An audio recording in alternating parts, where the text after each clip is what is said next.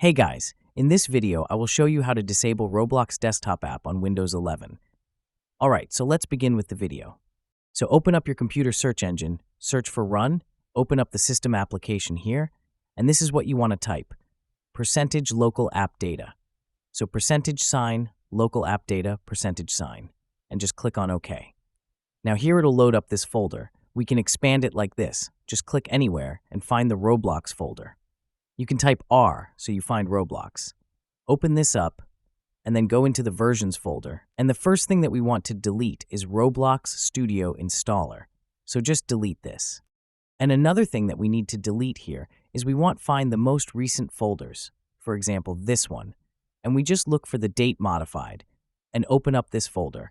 And we want to install or delete Roblox Player Beta and Roblox Player Installer here. So toad both of these and just delete them.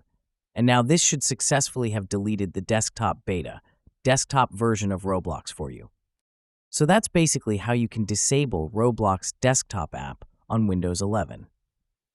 So that's all for this video. Consider subscribing if you find it helpful, and I'll catch you in the next one. Thanks.